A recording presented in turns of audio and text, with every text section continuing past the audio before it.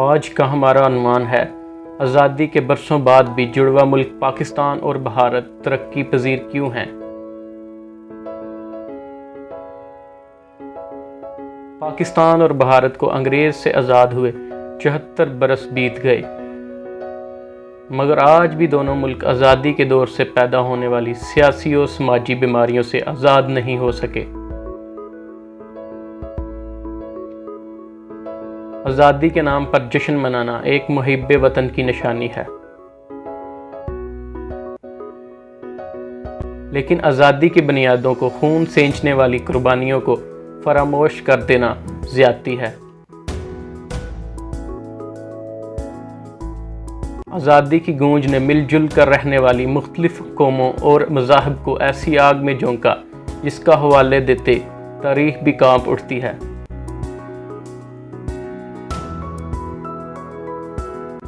Wikipedia پر موجود ایک اندازے کے مطابق تقسیم کے وقت 20 ملین افراد کو ہجرت کرنا پڑی۔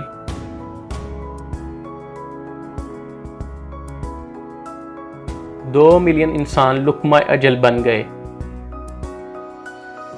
1 لاکھ عورتوں کو اغوا کر کے ان کی عصمت ریزی کی گئی۔ ہمارے آباء و اجداد کے لیے یہ آزادی ایک بھیانک خواب کی تعبیر جیسی تھی،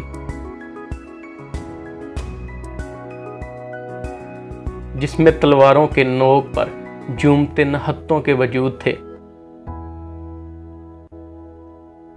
اتنی اذیتوں کے بعد یہ آزادی نصیب ہوئی تھی۔ اس تقسیم کے دور کی لگی نفرت کی آگ آج بھی سلگ رہی ہے۔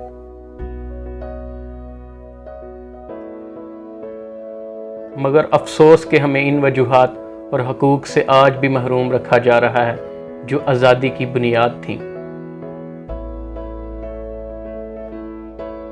ہم انگریز کے تسلط سے تو آزاد ہو گئے، مگر آج بھی ایسے بہت سے عوامل نے ہمیں جکڑ رکھا ہے جن سے نجات حاصل کر کے ہی ہم ترقی کی راہ پر گامزن ہو سکتے ہیں۔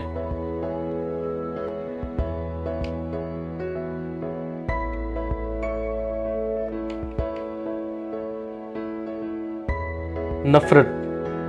ہم نے تقسیم کے وقت ہونے والے فسادات سے کچھ نہیں سیکھا، آباء و اجداد کی قربانیوں کو بھی فراموش کر دیا ہے۔ ہم آزادی کے نظریے کو بھی بھول چکے ہیں۔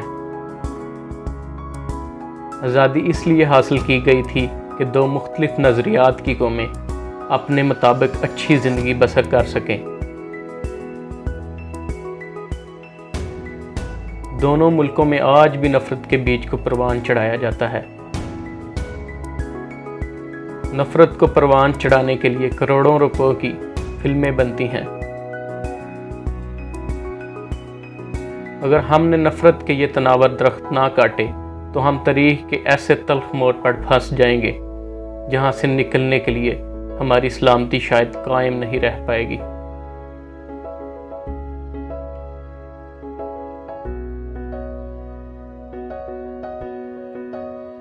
مذہبی انتہا پسندی اور اقلیتوں کو لاحق خطرات۔ آج دونوں اطراف مذہبی انتہا پسندی عروج پر ہے، خاص کر بھارت میں اقلیتوں کو ناسور سمجھا جاتا ہے۔ اقلیتوں کو ان کے نظریات کے مطابق زندگی بسر کرنے میں مشکلات درپیش ہیں۔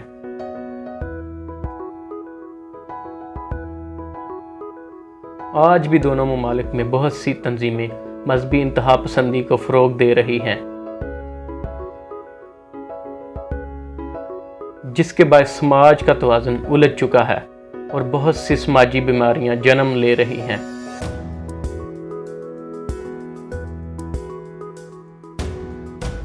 مذہبی انتہا پسندی سے چھٹکارا ہی دونوں ملکوں کو ترقی یافتہ بنانے میں کردار ادا کر سکتا ہے۔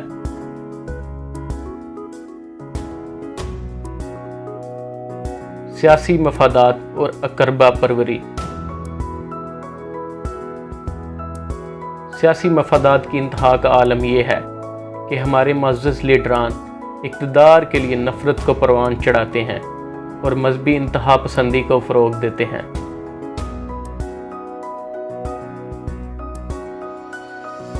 دونوں ممالک میں ایک دوسرے کے خلاف بیانیے کو پروان چڑھانا جیسے ہر انتخابی مہم کا حصہ بن چکا ہے۔ دونوں اطراف چند اشرافیہ نسل در نسل ملک کے سیاہ و سفید کے مالک بن کر بیٹھے ہیں اور اپنی باری پر اس سے مستفید ہوتے ہیں۔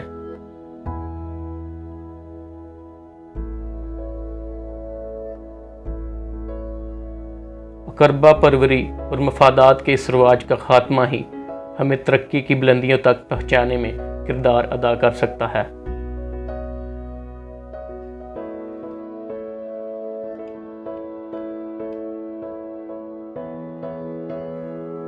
بین الاقوامی مداخلت۔ دیکھنے میں تو ہم انگریز کے تسلط سے آزاد ہو گئے تھے، مگر دنیا کی بڑی طاقتوں کی قید آج بھی ہمارے اوپر منڈلا رہی ہے۔ ان طاقتوں نے دونوں ملکوں کو خطے کی سیاست میں ایسا الجھا رکھا ہے کہ ترقی کی راہوں پر گامزن ہونے کی بجائے ایک دوسرے کی جڑیں کمزور کرنے میں مصروف ہیں۔ انصاف کی عدم فراہمی۔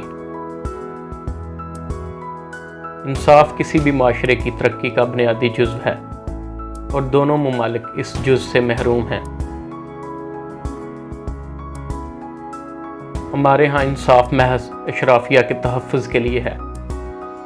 غربا کے لیے انصاف کا حصول قریب ناممکنات میں سے ہے۔ جب تک برابری کی سطح پر انصاف کا حصول ممکن نہیں ہو سکتا، تب تک دونوں ممالک میں ترقی کی رفتار بھی سست روی کا شکار رہے گی۔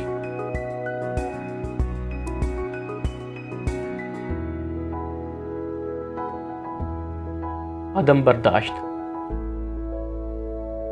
برداشت کے فقدان نے معاشرتی رویوں کو ختم کر کے رکھ دیا ہے۔ معاشرے میں برائیاں جنم لے رہی ہیں، صبر اور صلہ رحمی کم ہو رہی ہے۔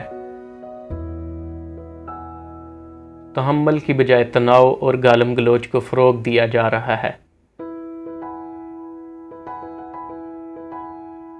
خونی رشتوں کا لحاظ ختم ہو رہا ہے۔ عدم برداشت کو فروغ دینے میں ہمارا منفی رویہ اور میڈیا پر منفی پروپیگنڈا کردار ادا کر رہا ہے۔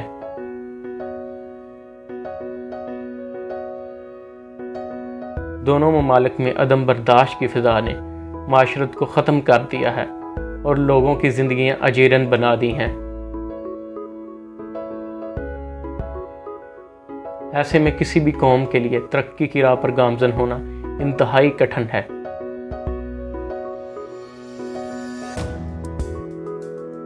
جانبدار میڈیا اور سوشل میڈیا کی غیر مصدقہ جعلی خبریں۔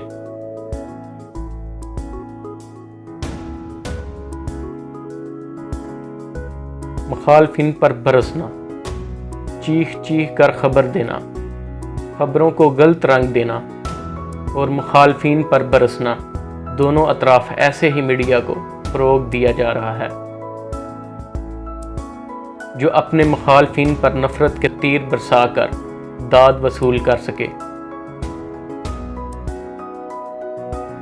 جسے دیکھیں اپنے دفاع کے لیے چینل کھڑا کر لیتا ہے۔ میڈیا محض طاقتور کا ہتھیار بن چکا ہے۔ سوشل میڈیا کو کردار کشی اور جعلی خبروں کو فروغ دینے کے لیے استعمال کرنا تو جیسے معمول بن گیا ہے۔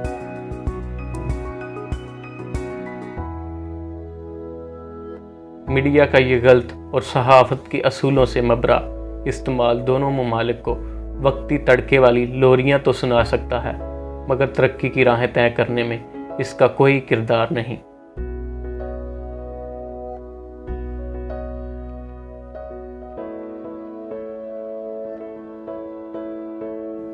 کردار کشی اور رازداری کے حقوق کا سلب ہونا۔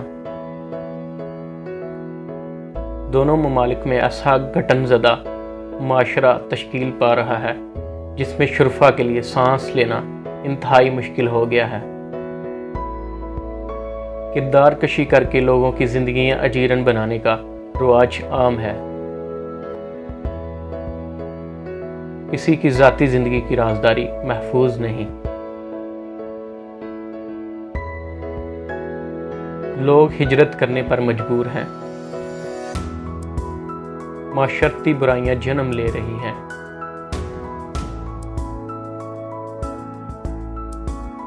معاشرے کو ایسے گھٹن زدہ ماحول سے آزادی چاہیے، اور ایسا معاشرہ چاہیے جہاں لوگ سکھ کا سانس لے سکیں اور ملک ترقی کی راہوں پر چلنے لگے۔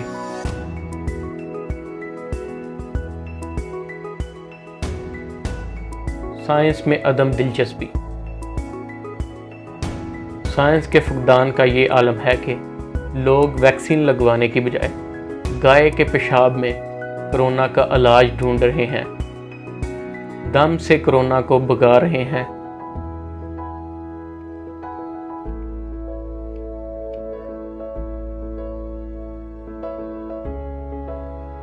گندے تالابوں میں نہانے سے بیماریوں سے پاک کیا جا رہا ہے۔ انسانوں کی جانوروں سے شادیاں کرائی جا رہی ہیں۔ ایسی بہت سی دیگر تہمات آج بھی موجود ہیں۔ دونوں ممالک میں سائنس کی وزارتوں کا کام محض تنخواہ اور پروٹوکول کا حصول ہی ہے۔ آج دونوں ممالک میں لاکھوں انجینئرز بے روزگار ہیں، بلکہ دونوں طرف انجینئرنگ کی ڈگری لینا جیسے بے روزگاری کو حاصل کرنے کے مترادف ہے۔ ہمارے ڈاکٹرز اور انجینئرز دوسرے ممالک میں جا کر بسنے پر مجبور ہیں۔ ایسا دور جس میں ٹیکنالوجی کا حصول لازم ہو، وہاں سائنس سے بیزاری دونوں ملکوں کو ترقی پذیر ہی رکھ سکتی ہے۔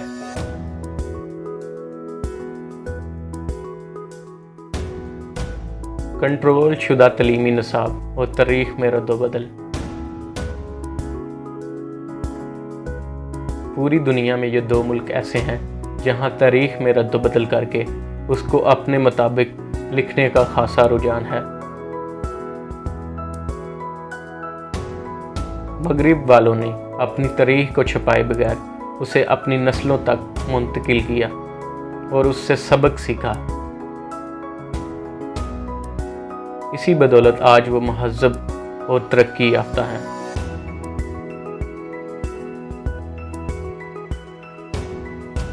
مگر ہمارے ہاں نصاب کو عین اس مطابق ترتیب دیا جاتا ہے جس میں حکومت کی تعریفیں ہوں، تاریخ کے اصلی پہلو اجاگر نہ ہوں، اور ہر اس کام کا کریڈٹ موجودہ حکومت کے کھاتے میں ہو جو اس نے کبھی کیا ہی نہ ہو۔ ایسے تاریخ میں کبھی زندہ نہیں رہا جا سکتا، اور نہ ہی زبانی تعریفوں اور تقریروں سے آپ ترقی یافتہ بن سکتے ہیں۔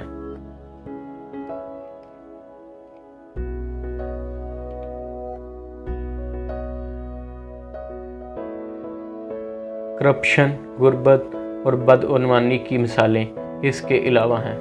اگر دونوں ممالک ترقی کی بلندیوں کو چھونا چاہتے ہیں تو آپسی نفرت کے کاروبار کو پسے پشت رکھ کر حقیقی معنوں میں معاشرے کو بہت سے معاملات میں آزادی دینا ہوگی۔ کشمیر کو آزادی دینا ہوگی۔ ذرا سوچیے۔